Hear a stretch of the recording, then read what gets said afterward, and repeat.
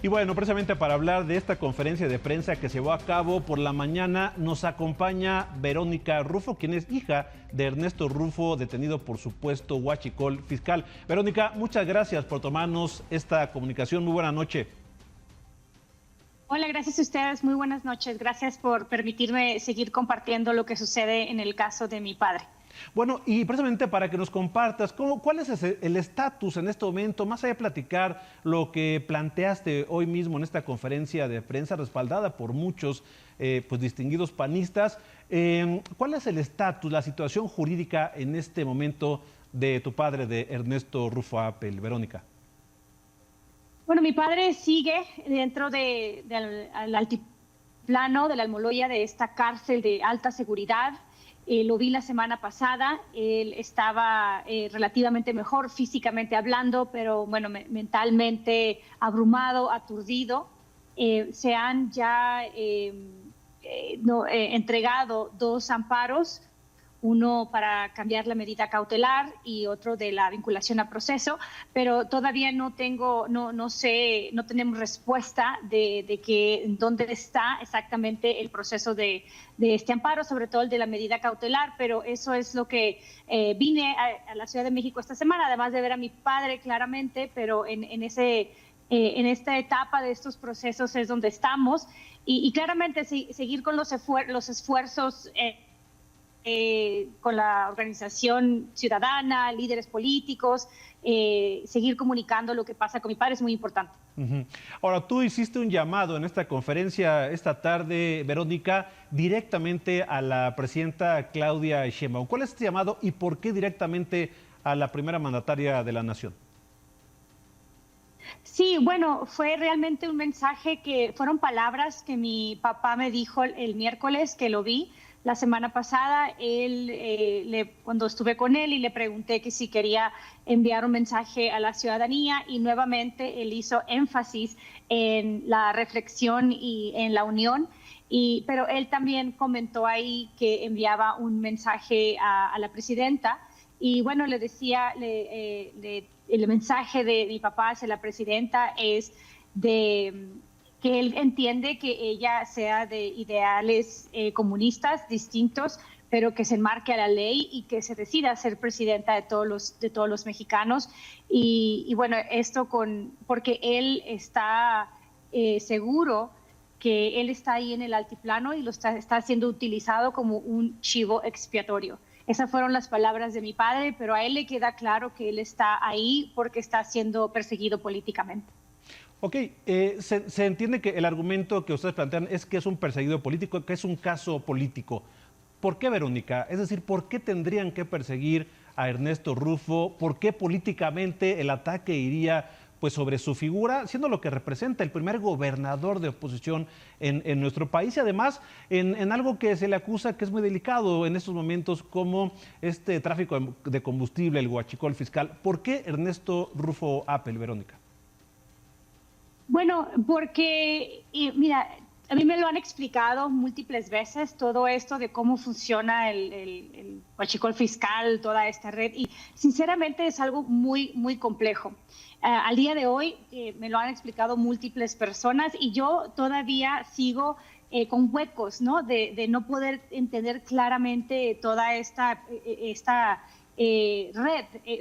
Son múltiples empresas, muy complejo, en fin. Pero lo que sí quiero decir que es muy importante es que en toda esta complejidad es imposible que una persona a nivel gerencial o mi papá, que era un socio minoritario, y que no tenía ni siquiera representación legal en la empresa, no firmaba documentos para autorizar alguna operación dentro de la empresa, es imposible que una persona con algún rol de esta índole haya podido llevar o ser un líder, como lo dijo la fiscalía.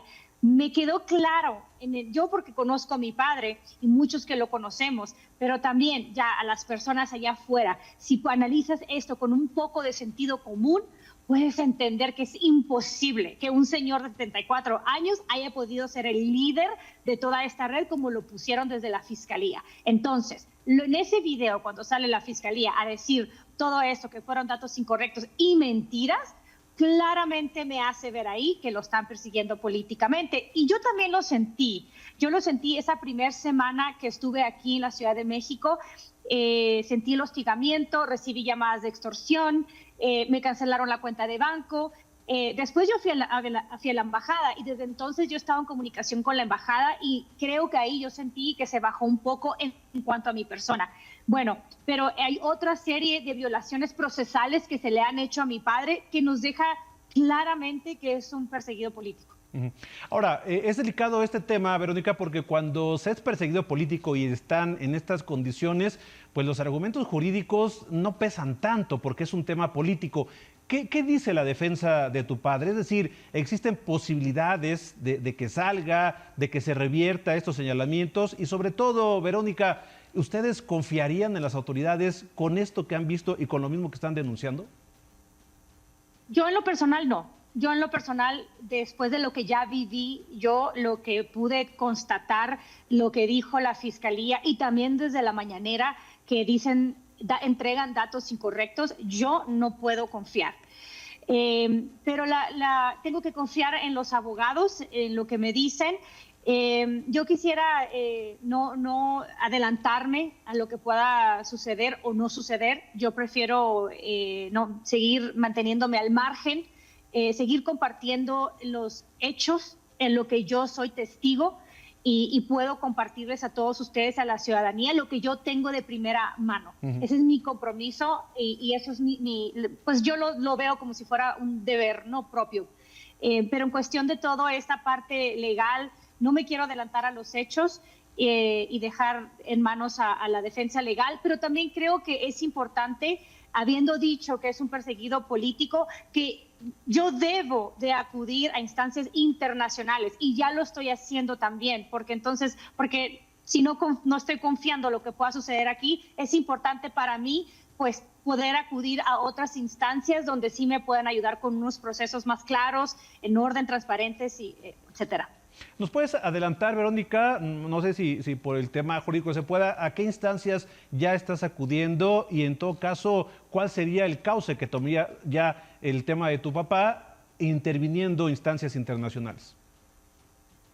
Pues sí quisiera dejarlo un poco confidencial porque sí. por todo este proceso, sinceramente, aquí sí les pediría por favor un poquito de confidencial, es la vida de mi padre, pero sí, bueno, yo vivo en Estados Unidos, vivo en San Diego, tengo acceso a diferentes agencias y eso es lo que, y abogados también de Estados Unidos, y bueno, eso es lo que en paralelo, eso lo puedo decir claramente. En paralelo yo lo voy a hacer.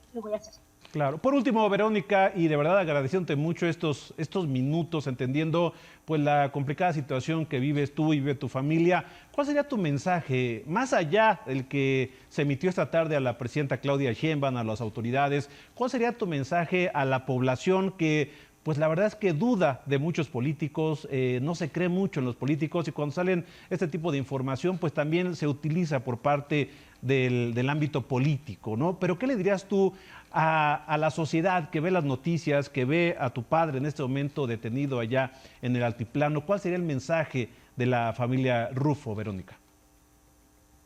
Yo entiendo claramente que la sociedad, que todos los mexicanos y mexicanas no crean en los políticos. Y yo también sé que les resulta muy complicado que venga un político y que les digamos que no es culpable.